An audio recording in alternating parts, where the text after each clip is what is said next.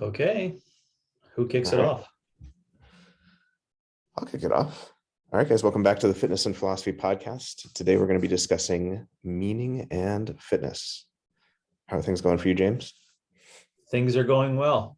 And things are going well. Um, what's happening at this current time? Are we not supposed to mention like current times? I feel it's like a podcast rule. Like, don't talk about the current date because people are going to listen to this in advance. But then it's kind of futuristic, right? It's kind of like Yeah, stuff that's gone on that we can predict that maybe is going to happen for it. So that's kind of cool. But where are we at the end of January? I just turned 48 last week. happy birthday. Yeah, 48 revolutions around the sun. Um, going Did at you guys high do anything for speed that? on this land, thanks to gravity. Thank you, gravity. And damn you, entropy. Keep resisting, keep pushing against, fighting Yeah, back. yeah. So I'm doing good. I reflected on that over this past week, but it culminates in my answer. Things are great. How about you? Overall, pretty good. Yeah, it's been really cold out here, but it's sunny. So when it's sunny, I like that. We've got. I was thinking as you were saying that, by the way, that I don't know if this has changed since we last spoke about it, but I feel like it's my duty as someone who knows you and someone who knows that you love movies like Heat and The Godfather that we can't have you get to 50 without seeing The Sopranos. Like we got to get you to Okay. see The Sopranos. Okay. Like it has to happen. Okay. Yeah, it's going to happen in my bathroom, I think, because the entertainment selected for our household generally has to go through four eyes. So Gotcha. um, it'll be in the, but I got a timeline. I got 2 years to kind of pump it together. Yeah. Do you and your wife ever watch TV shows together without your kids or? Oh, that's all we do. Oh, okay. But But I'm just saying that you don't think she'd she be wouldn't into be it? down with Sopranos. Oh, okay. Gotcha. Yeah, Okay. maybe we can do like you know, maybe a split screen. She's watching something, I'm watching something on my phone or something. Maybe we can do, I don't know. We'll figure something out. But Yeah. yeah, I'm currently at the conundrum of trying as as much as possible to align Leanne and I on some things that are not too stimulating, but are motivating for the time we spend together in the evening. We have a classic wind down hour and a half period together. We sit together on the couch. She lies down on my lap. I rub her hair, rub her back, and we're both watching something at the same time. That's our ritual. It's been a ritual almost our entire life when the kids got old enough, etc. But that's our nighttime ritual. And I've been trying to find things that I love watching because it is a it's a period of time in your day that you don't want to be like freaked out. But I love learning things. I still love learning things. At the end of the day, I still love learning things. So I'm trying to coordinate that with Leanne's thoughts too. It's a good challenge, but it's good. Yeah. That's so I'm currently up to for that. Have you guys ever seen or heard of The Great Courses? You know what I'm talking about? Yes. Um, Yes. It's which is now Wonderia or Wondrium, right? yeah, so they went through kind of a weird thing. I mean, the reason Oh, I know about it is because my mom, like, back when they were like DVDs and like tapes, she owns like 80% of their catalog. yeah. She's Awesome. super into it. That's pretty And cool. she got me into it too. But like, so there's one thing now that's like, they were initially going to be like just streaming. There was like the Great Courses Plus, which I believe is now Wondrium. That's its own Mm, like subscription thing. But there's still like the Great Courses where you can buy like a la carte courses and okay. stuff like that. But Okay. yeah, they really do I mean, again, there's stuff on iTunes and, Stanford and what have you. But I feel like compared to most other things I've seen, they do a really good job for tailoring stuff for just people who just like want to continuously learn in a way in which, yeah, you can watch Feynman's lectures on quantum mechanics, but like, you know what I mean? There's only so much any of us are I'm going to doing get that here out of during it, the day, Robbie. I'm not doing that at home at night. right? Yeah. But like they do a really good job of just like educated person hear kind of the relevant bits and making it entertaining. And so yeah.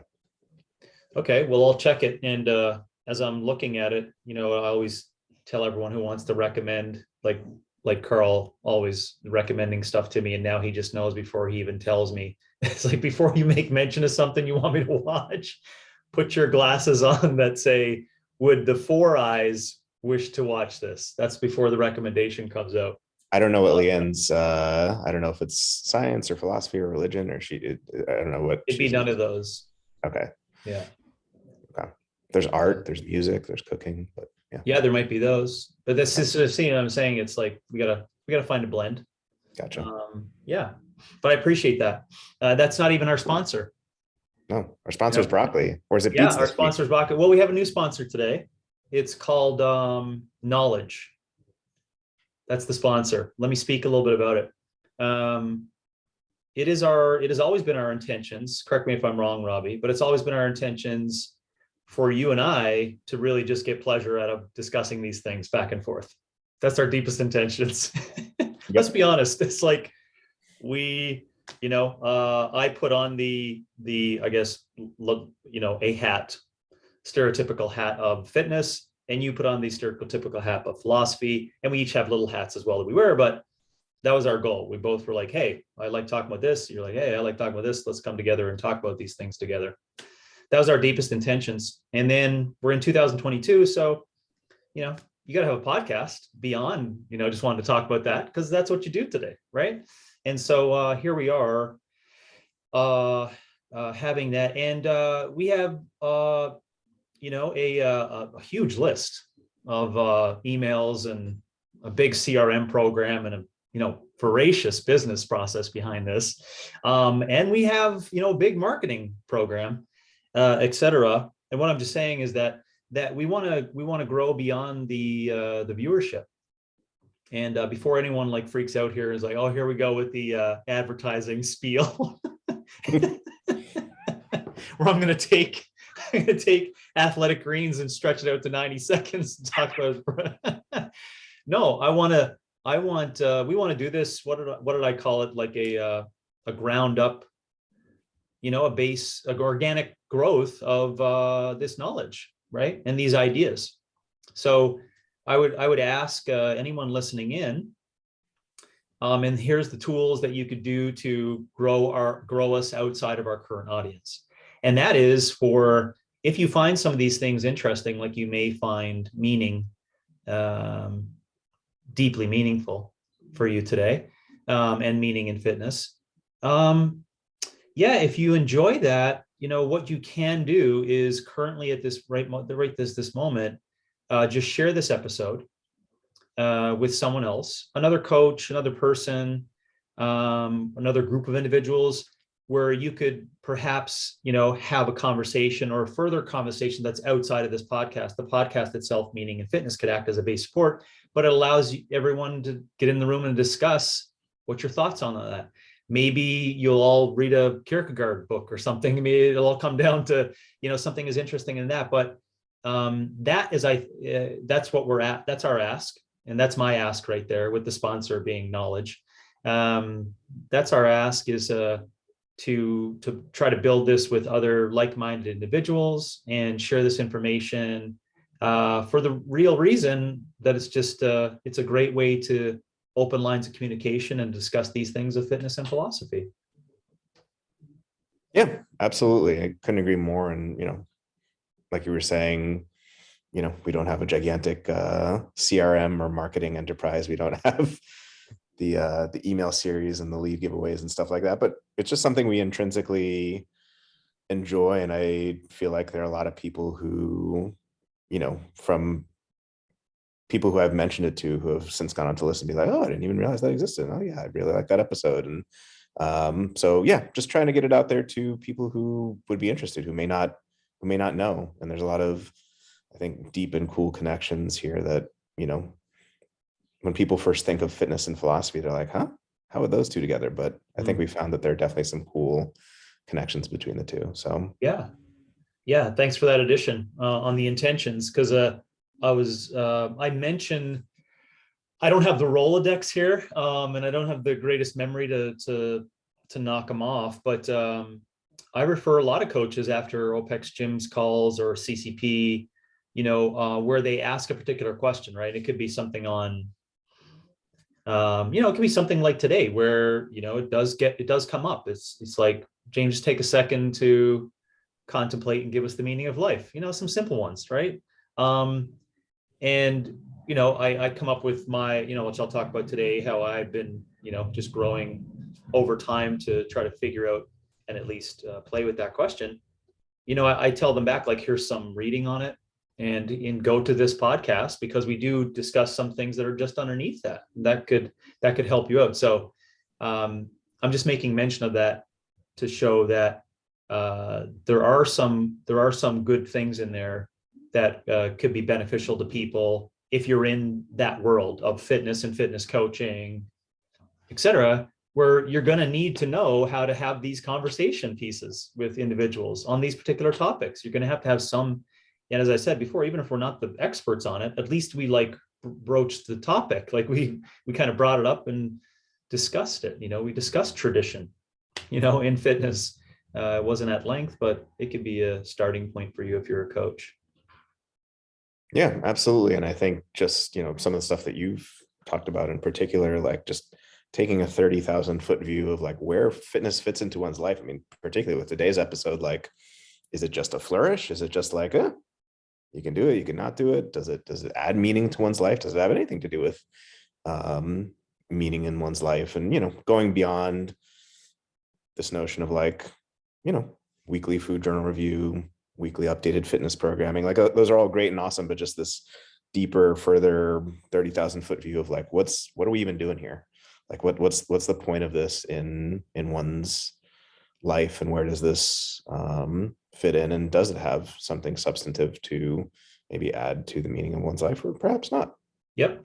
But at least we're asking the questions. Yeah. That's the,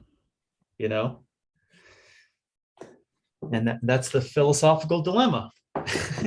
That is. And is it worthwhile even asking the questions? That's right. Well, we think it is. We do. And I mean, boy, today is, if you want to talk about philosophical questions, this is up there. Yeah. I mean, as I was thinking about that too, Robbie, before we get started, particularly on the meaning of it, I'll kick you off after this to maybe start us on that. It's, we keep saying this. I mean, but I don't know if it's different. I mean, that may be a whole podcast in general, a meta style version of like, well, what's the most important topics inside of the fitness and philosophy podcast topics, because we said this numerous times on other areas. I know morality and versus that one, we were like, whoa, I mean, how to tackle this one. And so I just want to make mention that I'm going to put a death to that thought and Stop recognize, let's do it right now. Something across the screen. Just because it's impossible for us to cover that. And I don't need to keep telling myself that it's a huge topic, because I think we do a great job of what our jobs are, which is just to bring it into existence with the concept of it and how it relates to fitness, and then just start this process. So, and I know you say that in different words, but we don't mean to find answers to that big conundrum, right? We're just basically starting the process. So that's what I'm going to do. I'm change my language from here forward. Say something like this, Robbie. Yeah, this is big, and it's going to be great when we kind of continue to build this whole big question on it, like meaning in fitness part 17 or something. I think that'll be, then we can say, that was really big and important. I like it. I mean, these are all kind of takes pressure off us to answer people's life's yes queries today. Yes, that's true. And I feel like even in, I mean, I'm so used to it in philosophy grad courses where even if it's a course, they're like, well, this could be an entire degree. And so I take your meaning there. Yeah. But on that note, this doesn't mean that we don't take it seriously as well, right? We're not, because that is, especially in today's day and age, I don't want to send it in with that tone, but well, maybe that's an opinion, but I think currently it's really interesting, the concept of meaning of life. I think it's really interesting. I think even the question is you know, just seen very differently today as opposed to 50 years ago and 1,000 years ago. And secondly, meaning of fitness, I think it's at the heart of this very moment. Like it is important. So I wanted to finish with that too. Not to say that, of course, I'm not going to answer all the big questions, but it's an important topic. Oh yeah, absolutely. Yeah. Totally agree. Right. I guess Let's go with some meanings and then see how philosophy blends in and eventually land on answering everyone's questions of the meaning. we're going to answer today. No. Just to keep you going. Yeah. So by uncertainty. We don't always do things in couplets, but I thought one couplet that we could do here that would be potentially interesting. There's a movement in philosophy that was pretty prominent starting roughly in the mid 1800s, going up to roughly the mid 1900s, called existentialism. And it did a lot to kind of bring this notion of meaning and purpose and what is the meaning of life back into the forefront of philosophy, but it also dealt with issues like absurdity, nihilism, folly, things like that, which we've discussed in various ways. So I figured next time that could be, or somewhere down the line, that could be one we could discuss. So yeah, today we're going to start off with meaning. So obviously when we talk about meaning in terms of the definition, we're asking like what is meant by a word, a text, a concept, or an action. We're asking things like, what do we mean by this word? But if you apply that very same idea to the concept of life, you get the philosophical thrust of what we're talking about. So what is the meaning of life? Is there such a thing? Is life essentially meaningless? Two other questions you could have there would be, can there be individualized and localized meanings to life without there being a capital M meaning? Another one that I just thought of as you were mentioning what you were saying earlier is one of the central projects of philosophy is redefining these things over time. Like, art was never a Campbell's soup can, and then it was. So, you know what I mean? Like, there weren't drones, 200 years ago. What are the ethics of that? Do you know what I mean? So in every age and era, like re-asking this question. So it may not be that what Socrates' answer to the question was, or Aristotle's, maybe it has a nugget of what applies to us today, but then there's kind of like, well, we're in this time too. So how timeless is it? How timely is it? Is there a balance between the two, those type of questions? So. So said in a different way, I have two questions there. Yeah. You're just saying that, you got to look around and look at current culture and the current times and just ensure you're phrasing that question based upon the current times, or just be aware of that, right? Yeah. And that one of the projects of philosophy is in every age and era trying to make sense of things in light of new circumstances. Like evolutionary biology wasn't something anyone had to contend with for most of human history in terms of intellectually, how do we fit into the world? Right. Or, do no harm with the Hippocratic Oath. Well, what is that today with all these different technologies? So it's trying to say that one question you could ask there is there a permanent, universal, across times, places, capital M meaning of life? Or is there something that can perhaps shift depending on time, place, era, things like that? So. Yes. Yep.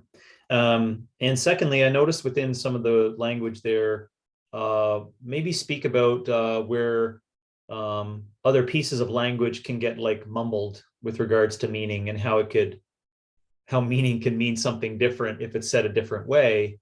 But people they could be using a different word like purpose or reason or something else, but they're either, and you can take it whatever way you want, but they're not landing on the true definition of meaning. They're just using another word, or maybe how these synonyms, it depends upon the context of what you're discussing for meaning.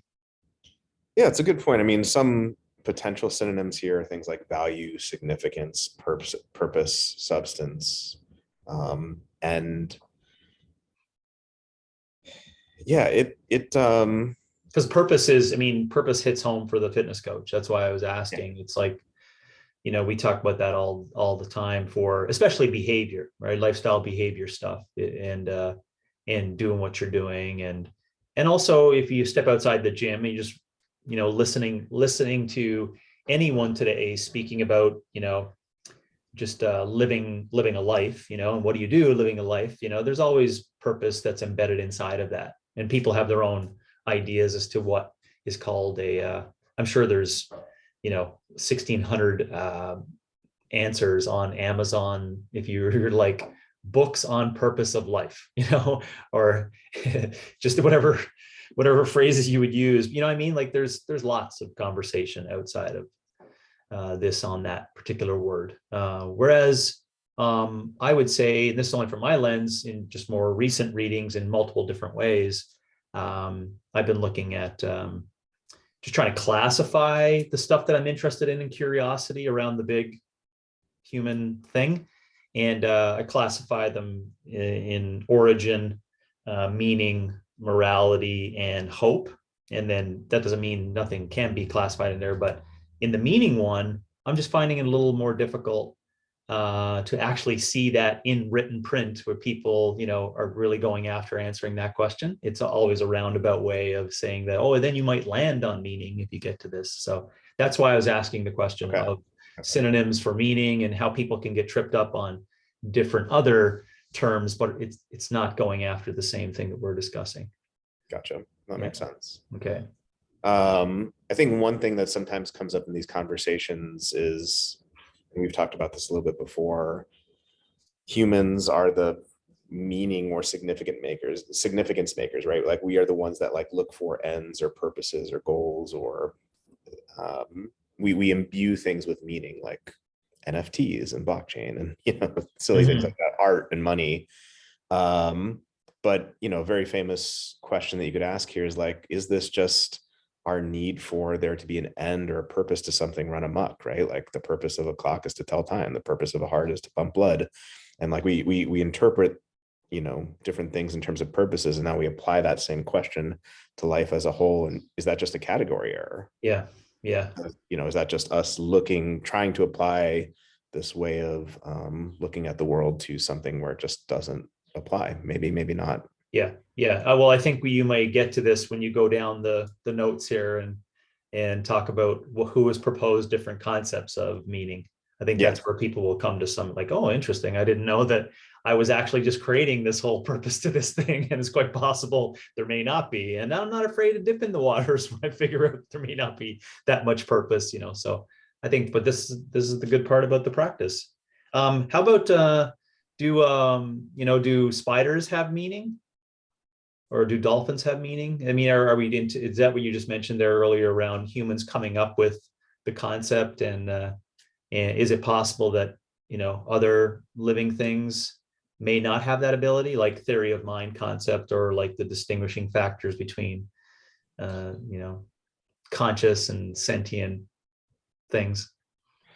So are you, just to clarify, are you asking, would any other living organism come up with the concept of meaning besides Homo sapiens? I don't see conceptually why not. I don't see conceptually why it's not possible. I don't know that fact obtains among the ones that we currently know of.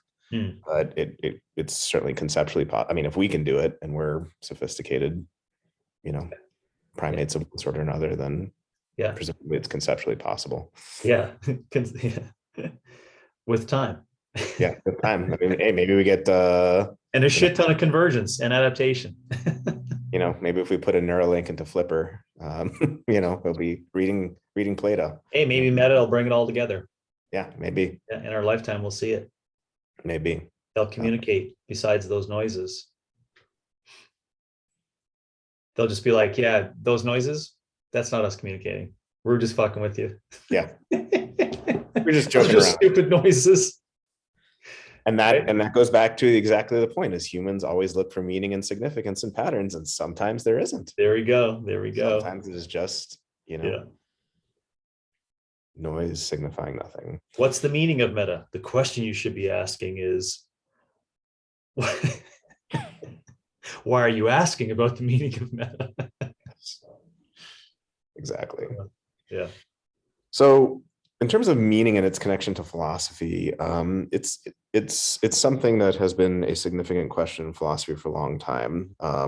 At its outset, when you think of Socrates and Plato, and or at least what we classically call the beginning of philosophy, this definitely was a question. And there have definitely been different philosophers throughout history, like Aristotle and Aquinas and Kant, all of whom have given their views on what meaning of life might be. So, for Aristotle, it's a life in accordance with virtue, or rational action in accordance with virtue and human function. And for Aquinas, it's the beatific vision, and for Kant, it's the highest good. Could But you after, explain beatific briefly, or do we want to pull aside a dictionary thesaurus here to get more deeply into it? so I'm gonna make sure I get it exactly right here. So I Yeah, don't. thanks. But I mean, I know it. It's just a word that I tripped on when I was looking through the notes on it. Because I haven't read much.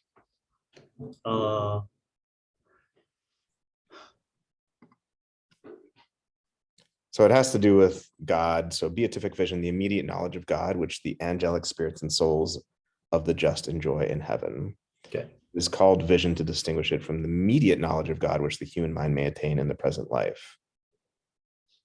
And since in beholding God face to face, the created intelligence finds perfect happiness, the vision is termed beatific. So Aquinas definitely has kind of an Aristotelian flavor to him as well, but obviously there's going to be the religious element as well. For those old listeners of higher order thinking language, it's just interesting that because some people who did big dogs way back in the day always wondered why we had function, being, will as groupings. And ironically, it looks like there's historical reference to those, big, overlapping areas. Kant maybe would you say is in the will area, or asking, Yeah. right? And Aquinas sounds like it's in the being area, and Aristotle would be function. So it's just interesting that those kind of are the three dimensions of human nature. Maybe. Maybe. Maybe. I didn't initially think of that connection. That's really interesting. Yeah, but thanks for explaining that, because I also why I just wrote down there. Why do you think, is it just because of what you said earlier, that humans just come up with this? We just want to make things significant. Why do you think? Because you said it. It has been a significant question in philosophy. Why do you think it's been a significant question? I know I'm throwing a softball possibly, but I think for at least a couple reasons. I think one reason is just the very nature of humans, meaning like I think we've all in one way or another asked this question at some point. And then why philosophy specifically? Well, philosophy is the endeavor that's probably most broadly concerned with questions like, what is the nature of this thing, or what is the purpose of this thing? And when you apply that to life, you get that question out that you wouldn't get from math, or that you wouldn't get from physics. Yeah, I think they're probably words in different language that came up when, just over time, the question was always asked probably in a different way. But the way I describe it is you're kind of just like, it's not at one point in time, but you kind of just take a second one day, and you look out there and go, wow, there's a whole bunch of other people with a whole bunch of different ways of seeing this thing. And then you just start mumbling these questions. These thoughts go around in your head of like, why? Yeah. Why that? Where did that come from? Why is that the way it is? And I think all that culminates in the concept of meaning behind it. It's the why all the way down. Yeah. Yeah. Yeah. I mean, to go back to your question earlier, I mean, since other animals don't really have, I mean, there's debates about whether gorillas and bees and other things like that have language, and if they do, can they communicate it to us? But we just don't know if they're asking this question. We don't know if this is like, did we get this to better navigate, locomotion and finding food and like asking these why questions? And we just like that has a localized use that is then just extended out to these deeper things that don't actually have significance, or is there deeper significance there? Yeah. That's the thing. So yeah. And then Kant with the highest good. So for Aristotle, the life of virtue is intrinsically linked with happiness. It wouldn't even make sense for there to be a virtuous life that doesn't have happiness. For Kant, the highest good is when happiness is allotted in accordance with virtue. So for Kant, it's entirely possible, and in fact, perhaps likely, that you could be fully virtuous without being happy in this life. And he thinks the being that is able to unite those two is God. So he, says that God can unite those two. But in some corners of philosophy, I'd say especially after what's called the early modern period, so that's Descartes, Spinoza, Leibniz, Hume, Locke, Berkeley, 1600s, 1700s, where philosophy is a lot more concerned with like science and math and different things like that. There was this sense potentially that, philosophy had focused too much on knowledge acquisitions and science and rationality, and had forgotten about the meaning of life. So you have people, and if I had to pick two, there are debates about whether these are the right people or not and how significant or not, but if I had to pick two fathers of existentialism, one for more the religious side and one for the other side, we'd have Kierkegaard on the one hand and then Nietzsche on the other for more of the atheistic tradition and existentialism. But a lot of what unites the existentialists is this notion of like going beyond rationality, that there are elements of life that are absurd, that don't make sense, and that if life is to have a purpose or meaning. So for example, for Kierkegaard, true faith is precisely such because it's absurd. Like, there's irrational bad, but then there's irrational good. They're quite literally going beyond reason. And then, Nietzsche takes a metaphorical hammer to a lot of concepts within Kant and reason, science, and systematicity. So different things that existentialists are concerned with are things like despair, dread, authenticity in life, existence, the absurd, and then opposition to the notion that life is essentially rational. I'm just trying to figure like what is it that this is all about. So a famous example that people might be familiar with. Oh, when sorry. when was Kierkegaard's timeline of life? So definitely mid 1800s, I believe. Okay. 40 years. I think he lived about 40 years. I want to say it's right after Hegel. I think it's like 18. Oh gosh, I'm going to say this and it'll be wrong, but 1813. Yeah, check it out. And as you're looking for that, I have a subsequent next question on it for just a shot at what you think their perception would be for how people observe the meaning of life question today. If they were just plopped into 2022 and ambivalent to all the other, like car autonomous driving vehicles and an iPhone, and they were just in a room and just talking with other people, right? Philosophizing on these things. What's your shot in the dark thought that, or have you had any that contemplation at how they would see the question being asked today? Intensely shallow. Although that does remind me, one thing I should mention, just in case people are interested in reading up on this, and there's a very good free meaning of life article in the Stanford Encyclopedia of Philosophy that you can just Google meaning of life, Stanford Encyclopedia of Philosophy. Okay. And the person who wrote the article talks about how, this was like a backwater of philosophy. Like no one talked about this for a very long time in the 20th century. And then in the past 10 to 20 years, it really has kind of come back. So I still think, to answer your question, I still think Nietzsche and Kierkegaard would be like, come on, guys, like step your game up. But yeah, it's starting to come back a bit. Okay, cool. So yeah, I was always I'm always fascinated with that. I forget the movie that it was. It was set in Paris. Gosh. And they went back in time and they were like hanging out with all these like great minds and like local at the time, these local, I just found that. What was that? Are you talking about the one where Midnight in Paris? Was it Midnight in Paris? Yeah, like Luke Wilson or something. Yeah. The authors. Yeah, frick. I really love that. I love just the concept, of That just sits really, that's just in my bones to, I don't know why, but I'm super curious about that. Which always makes me seep into that weird reincarnation, you know, where from whence I came question. Because there's something that pulls me to that particular time period and that kind of style and thinking and growth and etc. So, anyways, I just thought about that. If they were to come to those times and Robbie Gustin was to go back and be like, these are the things we're thinking about in the future. What? They're like, okay, Wow. cyanide capsule. All right, that's it. You think that's a problem? They're like, okay, we were wrong. Nothing's going to improve. Yeah, No, but my kettlebell didn't show up for Christmas on time. What? Oh, it's a big conundrum. It's a big some real problems. Yeah, so Kierkegaard, yeah, I was right. So it's 1813, and then he lived till 42, and he was Danish.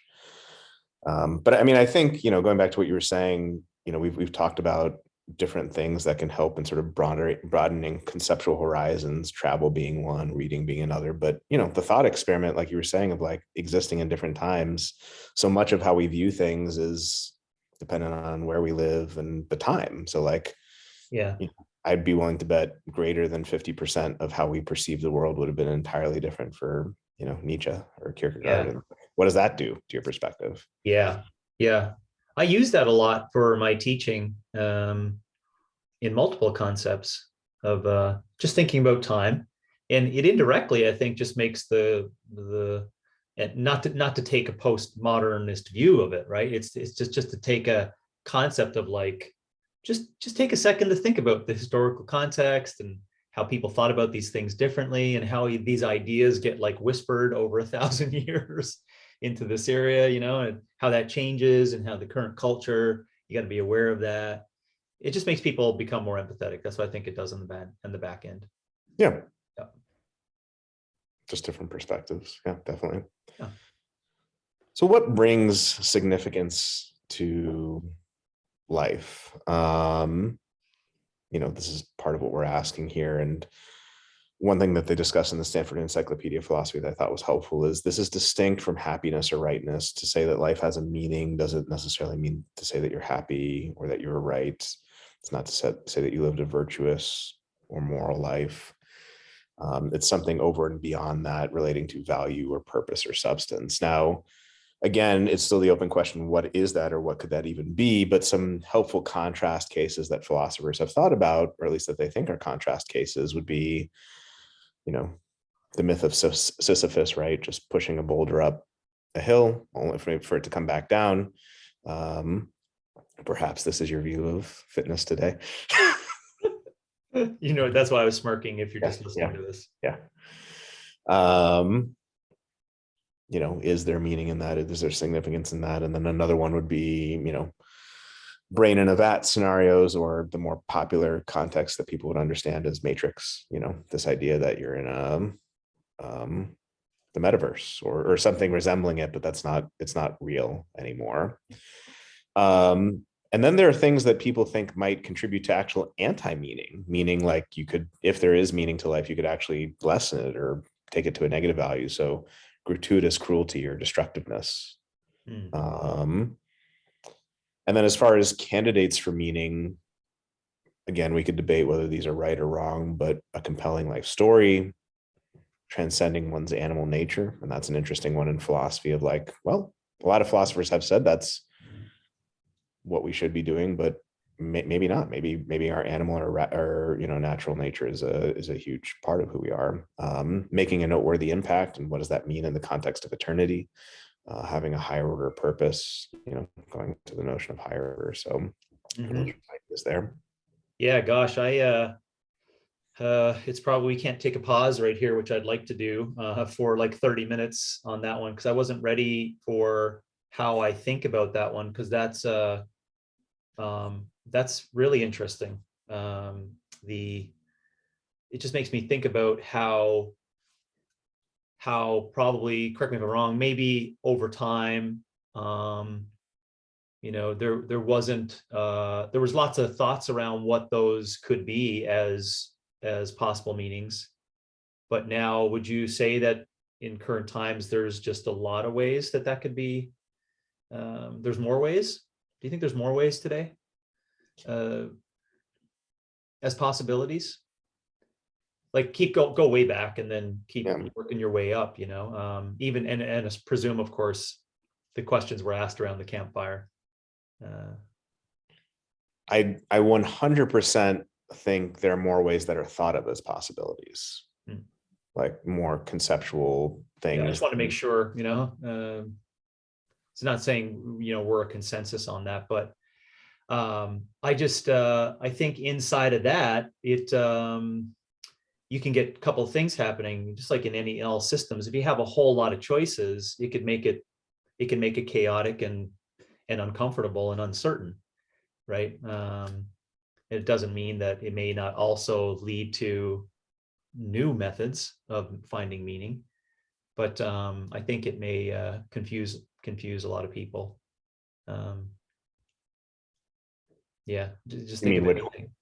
You mean it would be confusing, kind of which ones of those would count, or which ones of those would be candidates for the meaning of life? Yeah, like, and they're I was just thinking of the classic scenario without them putting language to it, but some would say there's so many versions of options. There's so many different points of view on what meaning could be, and they can't even suss out that they could all actually be just 4 options, actually, just all named something differently. But it seems like there's like 40 versions of that, I think one, I could be wrong on this, but just as a side note possibility, where depending upon your age, and we have to take that into consideration too, right? How someone sees the world and the development of their brain and et cetera. But let's think of a young individual who just finished some form of post-secondary education, is coming out into the real world, and in currently 2022, and I said, I'll preempt this by saying I could be completely wrong on this, but just comparing that timeline to 1922, let's say, and the same style of thing happening, I would wonder if political identity is as important as a meaning, as to how it stacks up for people in that particular position today. I'm saying, like, how much of it should be like, social society says this should be like quite a bit of your meaning, that you put into life today. I just thought about that. It just as an extract of like one particular idea, like political identity or et cetera. And we should point out that your old high school friend has written a book on this, which is quite a good one, Ezra Klein, on identity politics. And he does get into the whereabouts of which this came, which would agree with my particular argument of, like, it's seemingly today a really important thing that you have to, like, lay your claim to this, and here's the reasons why. But anyways, I've got a lot of rummaging to do on my own for that one, the options. Yeah, and have you ever seen those videos on YouTube of like it's these like time-lapse charts of like who is the most popular artist or the most popular like TV show? No, okay. No. I'll see if I can find one. But basically, you get to see from like 1950 to 2010, like, oh, this was the most popular artist, and then but it shifts very quickly because it's a time lapse in 5 to 10. Yeah. So what does that have to do with what we're discussing? Well, so I think an interesting question within the topic of the meaning of life and what you were just bringing up is, you could imagine on one end, throughout ages and eras, which different things are associated with what is the meaning of life: politics, religion, morality, and it just shifting constantly. And then over here, the reality, right? Like, here's the shifting perception of it, but the shifting perception of it need not have anything to do with like the actual, did anything change at that ground level? So it does make a lot of sense to me for, when I look around and just see, people, thinking extremely differently about that particular question, right, of the meaning of life, and just asking, like, well, why do you think extremely differently on that? not trying to come to a consensus to who's right on that, but just the extreme differences in that. And it's not just two areas, but it's common today of like these, what we would call maybe just in one light on top of that. To your point, and I don't know if this breaks into, because I wrote down the mind body area here, the break on that, but I think you used nature as being like the something that we have to contend with, like I talk about a lot, right? We got to contend with that. It doesn't mean that we have to make some major conservative traditional kind of conceptual go off into the forest and start making fires and build your family, etc. But that's one that comes up in regards to this particular thing of, and maybe I'm just kind of talking out loud to hear your thoughts on that, is how much of that should be taken into consideration, and in your consideration, should you do this like mind body balance aspect, effect of it, because the idea of, let's take it down to something that I can speak about personally, and it doesn't mean that would shift, but the way I say it is like when I was 23, the meaning of life was probably in stark difference to my current meaning of life after a relationship, like a deep personal relationship with another human, and then creating two other humans,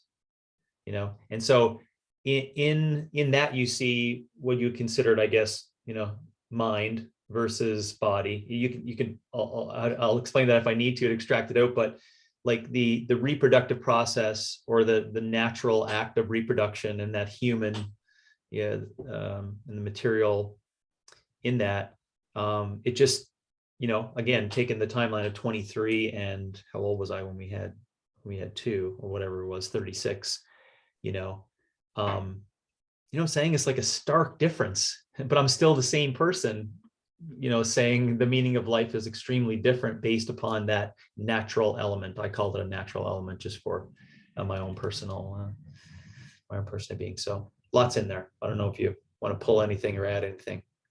Yeah, no, I had a couple of thoughts there. One is, I think on the broader conversation of the meaning of life, and we'll get into this a little bit too, with like supernatural versus natural meanings of life. But I think for a long time in the history of philosophy and religion, there's this notion of like nature and the body being gross and like cast it off and like this mortal coil. And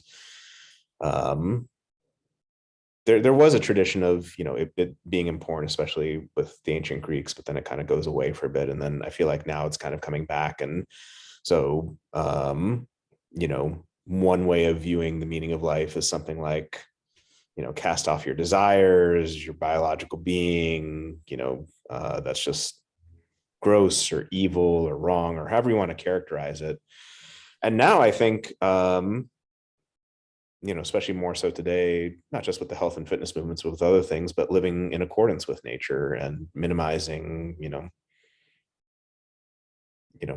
wanting to see the world continue as much as possible without you, wrecking the environment and things like that, or just trying to live as much in accordance with nature as possible. Like being fit isn't a bad thing, and eating foods that are natural for you, and things like that. So that's kind of what I think of when I think of that. And then the second thing, to your point about, in your life, the meaning of life having changed. I think one thing that you can always still pull out of that as maybe a constant that I think I probably tend to think is one of the better candidates for the meaning of life type stuff is that, to thine own self be true.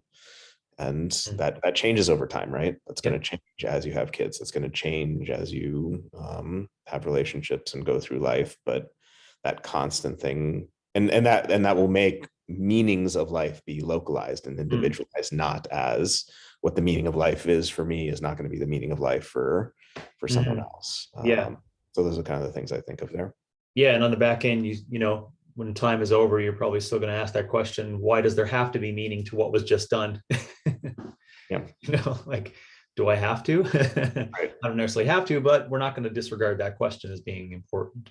you know, yeah. Yeah. And it's not just a, I don't think it's just an intellectual question. I think it really has, I don't know if you've ever experienced this, but I certainly have, and I think others have too. Like it has negative consequences where people think, well, it has to have meaning, it has to have significance, because otherwise, what the hell am I doing? And so people, I mean, you want to talk about like existential dread, like that's where that can come from. And then one question we have to ask there is like, are we just making up a question that just makes us more nervous but doesn't answer to anything? Yeah. And yeah, especially when that meaning is attached to something that could be existential or could be futile, right? And they don't just don't see it for whatever way it is, right? There's an agreement on it, by the way. It's not just something that I think. yes, it's well agreed that would be, I think we're going to touch that sooner than later, but yeah. I'd want to say it in a different way too, where you were talking about, it was, you didn't say sinful, but it was just gross. And now today it's, it's this way. It should make sense to us that, we'll call it technological adaptations, I think may have helped that, going back on our other conversations before on that. So I think technological adaptations may have landed us at this point where it has allowed us the opportunity to investigate this whole, where does nature fit in? I think that's how I see it. Yeah. That's how I see it. Yeah, I think so. And I think, the discovery of evolutionary biology, and that's pretty profoundly significant in terms of, we ask these questions of like, where are we going? Yeah. Where did we come from? Who are we? Yeah, because we're jamming on technological innovation like processed foods and satisfaction and pleasure of foods and like the web. But then time goes on and we're like, oh, wow, we're getting really unhealthy and deconditioned. See, that's the reflection that technological adaptations have allowed us to do, I think, is like, it's going to be just this constant like questioning of my bone that I'm picking, obviously, is the importance and significance of physicality and the how do we just keep people aware and sensitive to where they are physically, and the significance of that as we go through these big technological adaptations, right? That's my big bone. Yeah, and realizing that as we get more technologically advanced, how much of our biology and our nature are we losing, and how important is that to us? Yeah. So one last quick thing before we get to fitness and meaning. When we talk about meaning, one helpful way to kind of break up meaning is in terms of supernatural meanings and natural meanings. So I think for a lot of people, and I think what they both have in common is this notion of like something that outlasts you, something that goes beyond you, whether it's the kid, your kids, or like God, or the soul, or the good, or the right, or the beautiful, something that extends beyond oneself, this notion of like something greater than you. So for the supernatural view of meaning in life, life is meaningful insofar as there's some supernatural being or purpose in place. An extreme version of this would be if neither a God nor a soul exists, then life is just inherently meaningless, full stop. There we go, the jig is up. A moderate supernaturalism is something like you could still have some meaning, but the ultimate meaning is going to be supernatural in one way or another. That's obviously in one way or another, whether it's the extreme version or the moderate version, that's generally the view of most religions. Yeah. And that's, that is where it can get problematic. And I do think that's where it can cause these issues around, what is my life worth if it's not, such and such with relation to the soul or God. So an alternative there would be things like the natural view. So even if there's no supernatural realm, there can still be meaning.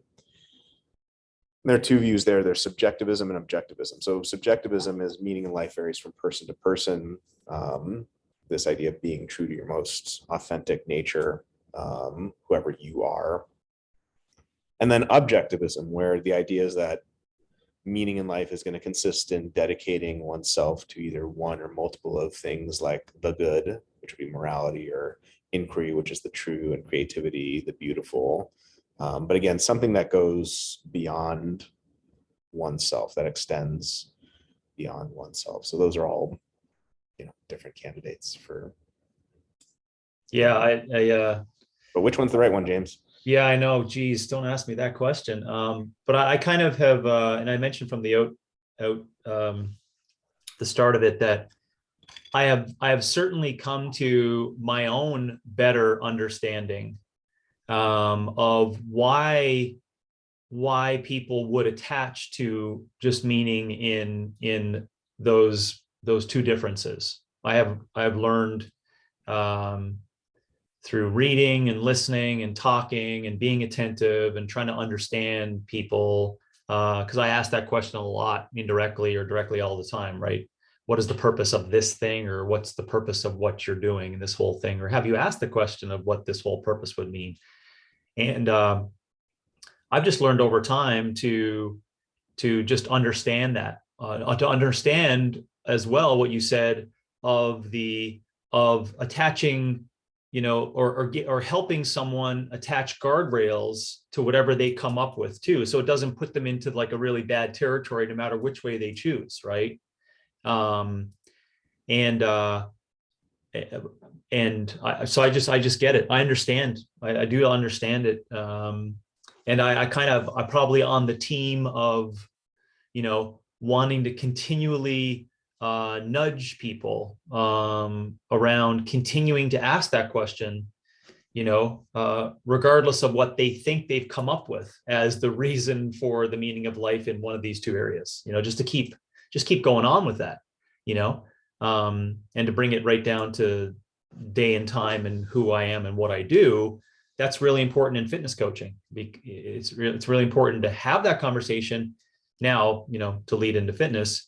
How important is that? So let's call it, how important is it? Maybe it's a question to you, your thoughts on that or opinion. How important is it that people even have a comprehension of what they believe their meaning of life is, to then get into how that may be coordinated with or attached to what's going to lead into how meaning fits in for them for fitness? Because I could be wrong, but I think if people have a deeper belief towards the supernatural, that's gonna come up with a method for a meaning of life. Then it may down the road to bump up against nature over and over. It may come to at least some good questioning on the meaning inside of fitness over time. I could be wrong on that, but I'm just maybe, so there's two questions really inside of there: an opinion on, the meaning of life going down to the meaning of fitness. And then secondly, thoughts on, if you do take one angle over the other, is that going to lead to just some issues? Because I very well could, sorry to keep going, I very well could see it the other way. So it's, I forget what the other terminology you called it. If it's not a form of supernatural, it's natural. If you go that route, then you're going to have to contend with, what I'm getting into in resisting entropy and understanding, well, what happens when there's constraints now. There's constraints for me over time in my physical expression, let's call it in the natural element. And so where am I going to find meaning in continuing to, I'm saying in layman's terms, continuing to work out for the next 30 years of my life? You know what I'm saying? And but I know how to talk about that, but I could also see how the opposite way could lead you into some problems too. That was a lot, but yeah, I think going to the first couple questions that you mentioned, one would be, and we're gonna get to this, is this question of what relation your belief is with regard to the meaning of life, and then how that impacts fitness. I think it makes a huge difference, right? Because that's ultimately going to determine what role fitness plays, if any, in that. And the second one, with relation to the supernatural and the natural, well, I think we've seen, I'm not saying this is necessary to the view, you could have maybe a different view, but in the supernatural case, it's quite easy to see how fitness is just like a flourish. It's going to a concert, it's folly, it's like, okay. Or you could say something, you could maybe say something like, well, God made it, we got to keep it up. But at the end of it, it's like you know what I mean? yeah. But with the natural view, I think it attains a bit more significance. I'm not saying it's conceptually impossible to carve out other ways in which that might go, but Yeah. I don't think those two are unrelated either. So. Yeah. Yeah. So we definitely have an issue on our hands then if we're getting into that area of, your thoughts as well as mine, that the meaning of life, we got to think about the current landscape of coaches and the communication practice of coaches and the systems and institutions that are not there, really, in my opinion. And I could keep going on that opinion to lead to fact, but I'll just say it's an opinion that the institutions and the mechanics are not set up for coaches to have these questions with people, even at a light level, like a meaning of life 1.0 conversation, right? And I do think it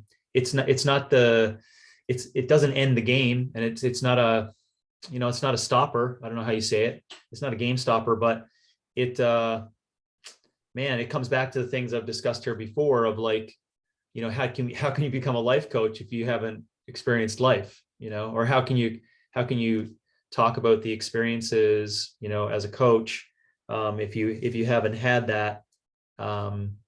It's in the same lines, right? That if you can't, just think about it this way, and I'm looking for your thoughts on that. If a lot of coaches, haven't even contemplated that notion, right? Like, I've never, for whatever reason, either for multiple reasons, just have not contemplated that. Yet we're agreeing that it's really important, because it's going to frame the whole package for, what meaning has to do with fitness. We got a problem. Yeah. And I mean, a symptom of that could be what we see today, where like fitness is just this generator of revenue.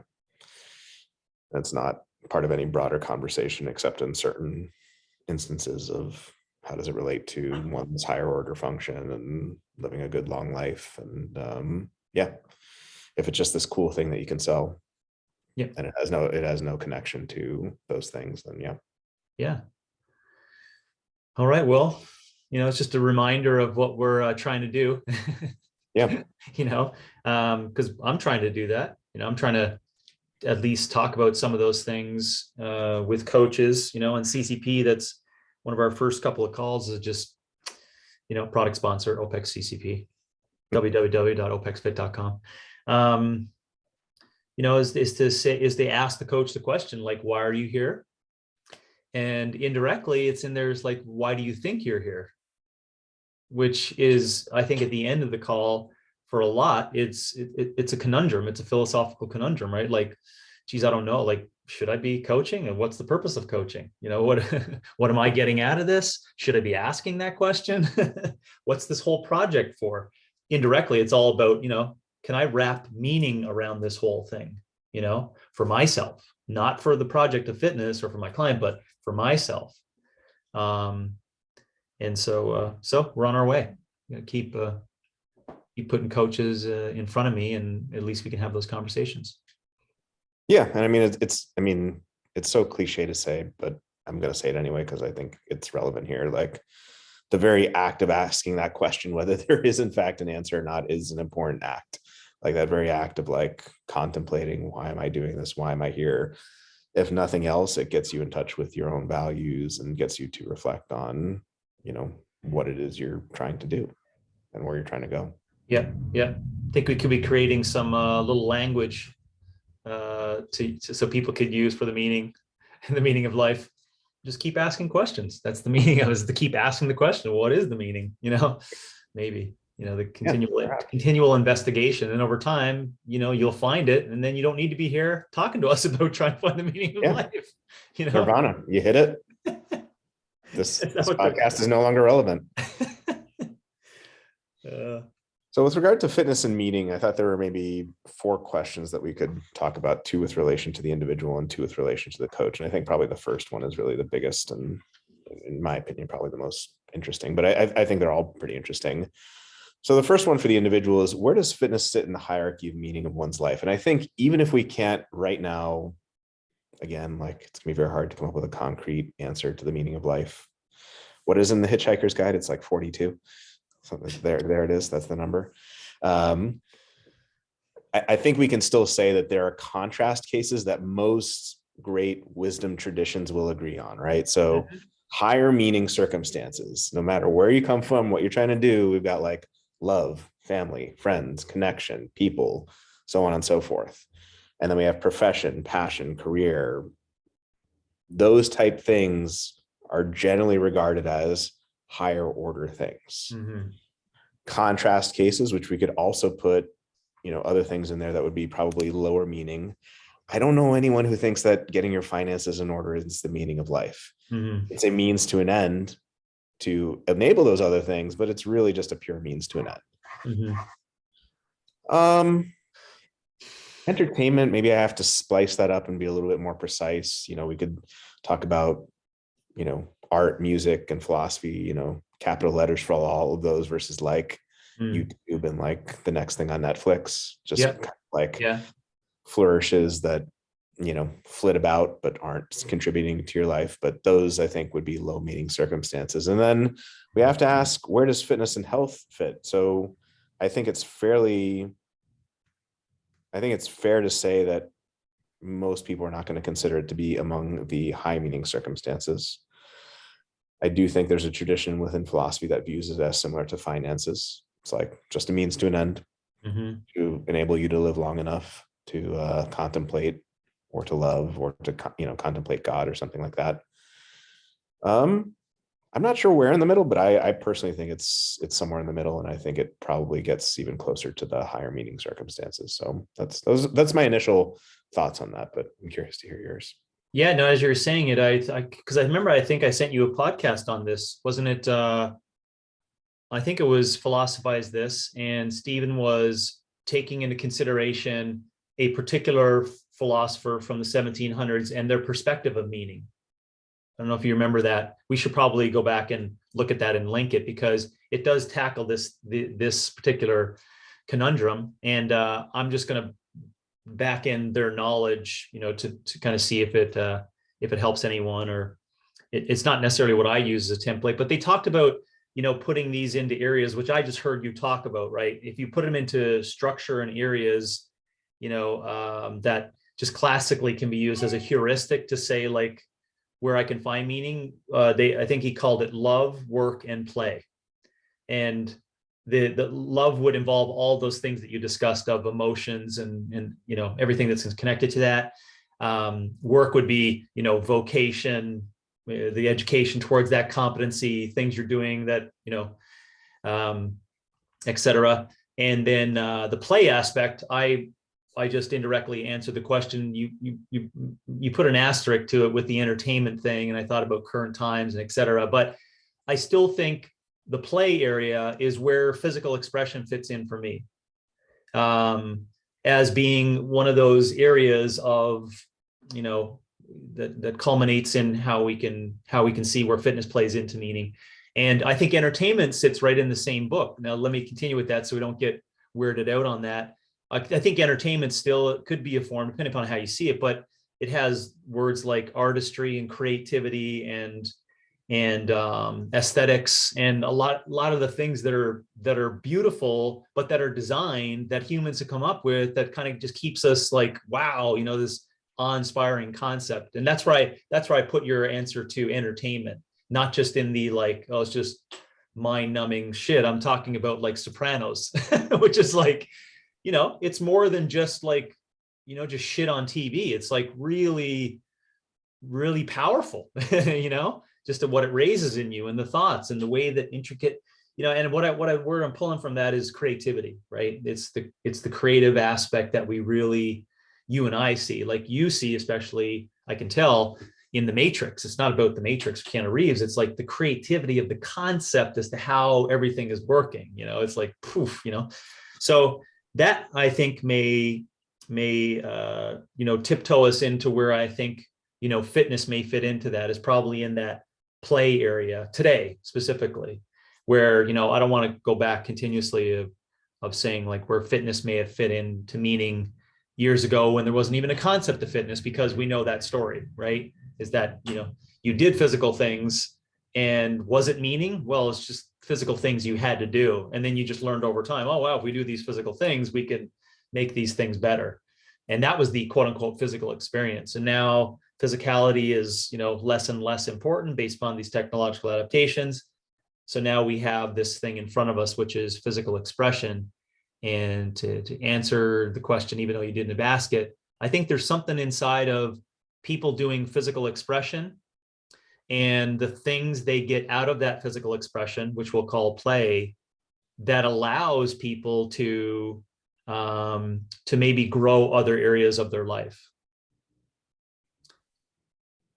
Yeah, I would agree with that. And just as you were saying that, I was trying to think of like what distinguishes fitness from pure entertainment or even the higher order entertainment, and like what makes me think that it's in the middle and closer to kind of the higher order things. So I think you're absolutely right that there's an element of, higher order play there, and, figuring things out and learning new things. I think another aspect is, we're both going to agree that fitness and health aren't as necessary to living a life as a descriptive matter of fact as they used to be.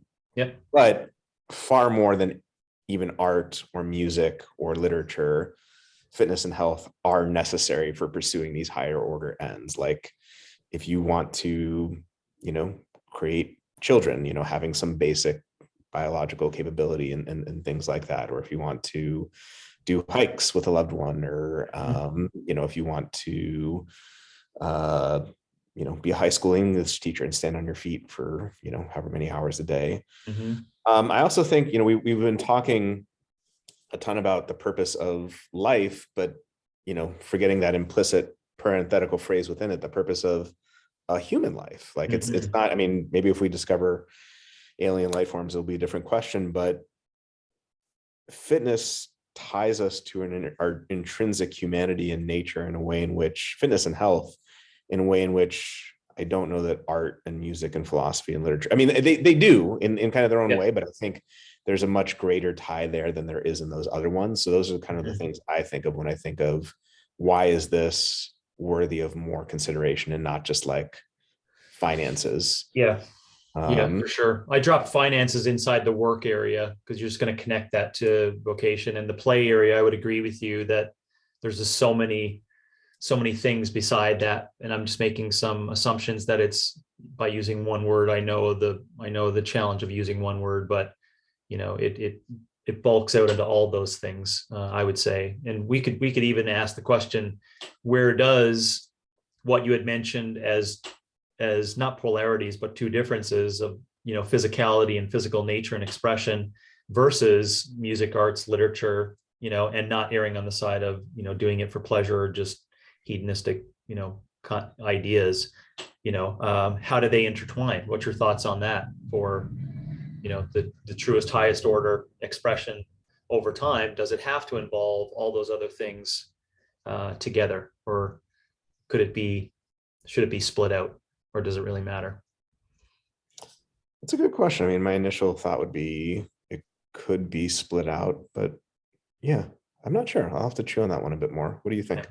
Yeah, I was thinking of just over time as a coach. I could be biased on that, but trying to understand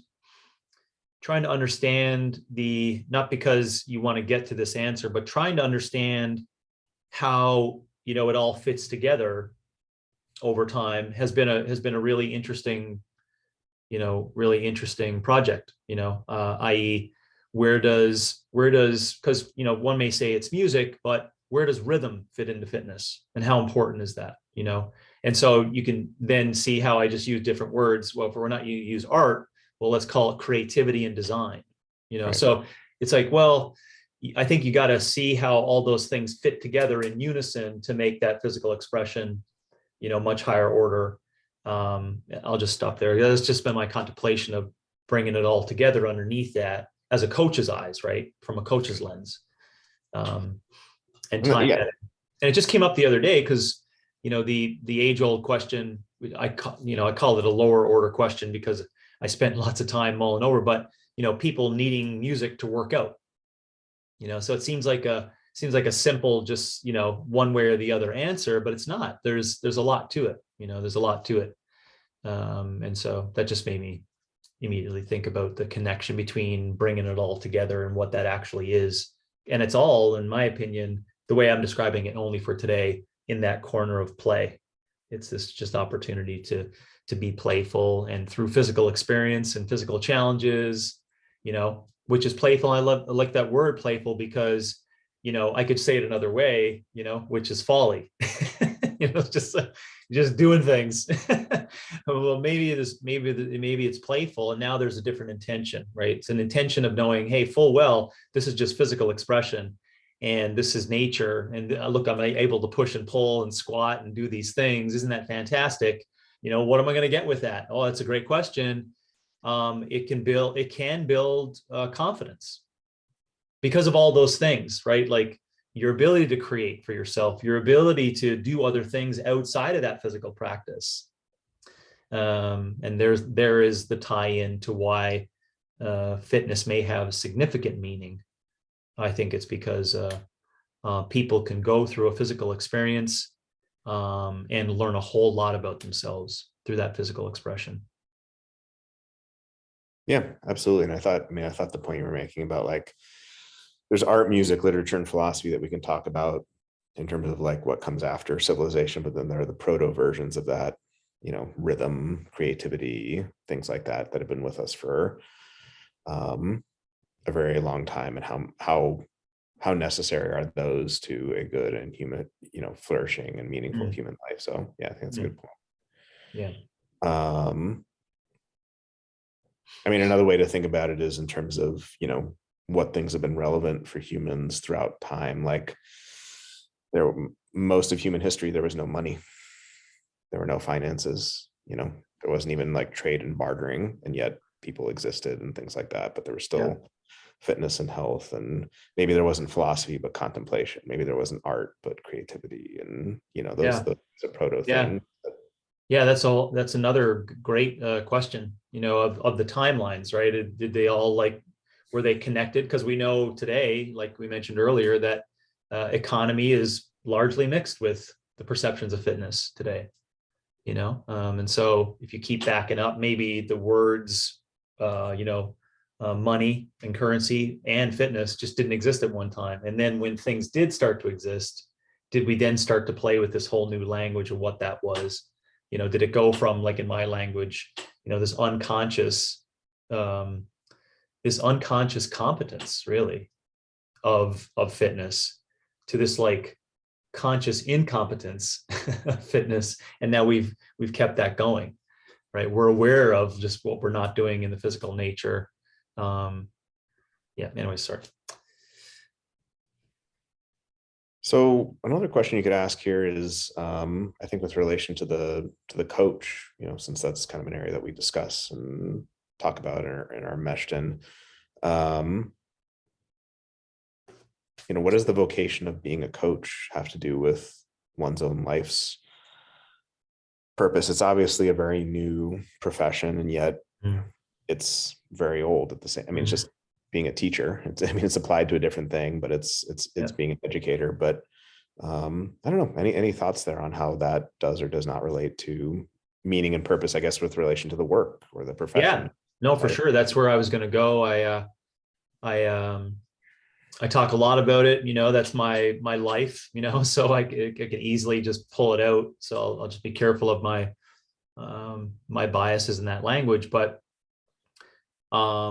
if you don't know, and if others don't know, I say it again in different language, but my clients and my interactions with clients, and the conversations I've had, and the thousands of conversations I've had with new people, as well as ongoing experimentation of this whole project, it has actually helped me define for myself a better meaning of this whole project. So, so you meet in me, with you asking that question indirectly, could you get, meaning to life out of the vocation of being a fitness coach? I think it's, I'm definitely biased, and I think we're one of the people, one of the, folks in the front line in the community who have unbelievable opportunity to figure out meaning for themselves through this vocation. An unbelievable opportunity. And I can go on and on, which I don't even need to pick on, of like the benefits of what you do collectively by what you're sharing with other people. Like, I mean, take, like you would know, making someone recognize that they can be out of pain by their choices of food or how they live their life. That's pretty important. That's pretty important. Removing pain. It sounds so simple, right? How about removing addictive practices? Like, extremely important. How about no one has ever given someone an opportunity to like trip up and be accepted for tripping up, and then realizing, oh wow, I can come back and try again and do this physical challenge, and there you go. Now it snowballs into this confidence of like, oh, I can try, but I'm now in an area where I could try and I didn't get laughed at, and that's really not a reflection of what I've seen, coming into this. So I think there's, and I didn't even mention those, but there's tremendous opportunity to answer the question on finding meaning within the fitness coaching,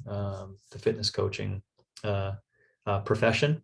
And I'll just stop there because I generally finish that up with another 2 hours of all the resistance that's out there against that, for coaches not having institutions and cultural thoughts and society, and like I say, fitness coaching is downstream from culture and downstream from a bunch of other things. And you got to kind of figure out, how to meander things and educate and create knowledge in people, and to get to that big beacon of autonomy and knowledge around physical expression.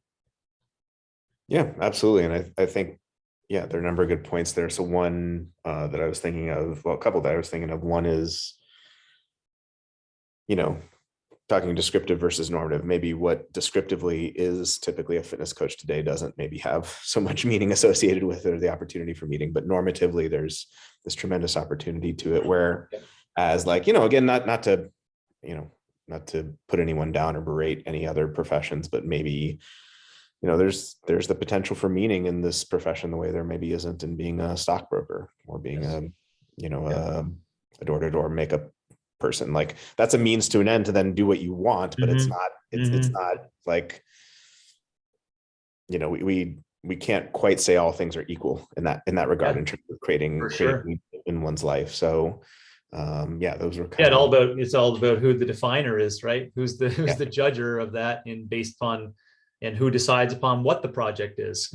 Like, that's those are the conundrums. And from the past 2 years, and just how everyone has dealt with the past 2 years, your point is even more obvious. And I love the way you correct me on the language of the normative concept of it versus the descriptive. Is, yeah, by all means, like, if you just take a broader, bigger picture look and say, what was important who are the people over the past couple of years that had like some really good information to share on strengthening immune systems and staying healthy and setting up most of the population, so when things like this in health do happen, what are all the things that we did as checks and balances to prepare for that? And who are these people, right? And who are the people? It's you and I, right? So you want to come down to some real, challenges. Is that, that's only you and I think that, and a few others, or we know that. Yet how it's perceived in society of, the things that we have as knowledge and the things that we could share with people, that's extremely meaningful. It's extremely meaningful of sharing that knowledge and helping people out. And all I'm saying is that over the past couple of years, that's been a huge, mountain of reflection based upon just, where fitness coaching meaning fits into the big picture.